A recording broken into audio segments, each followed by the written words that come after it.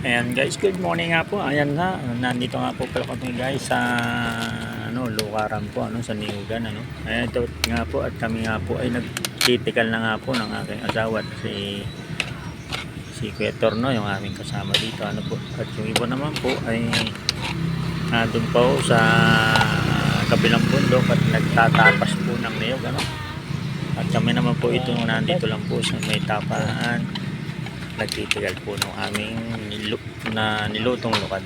Ayan, ayan po, tayo lang at unang masakit din po itong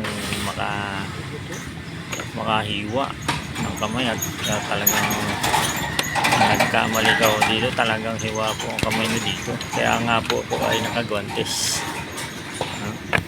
Yung kanan ko po nakagwantes, yung kaliwa ko po nakasupporter lang po yun.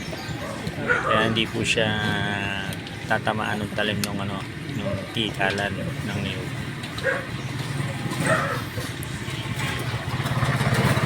Nagtyagas at kinuha ko nga po yung aking tinikal at nagkamali po ako ng tapon. Ang naitapon ko yung mismong lukad, hindi yung bao. Ay nako guys. Kaya tuloy-tuloy lang po ako sa pagtitikal. Tutuyo din.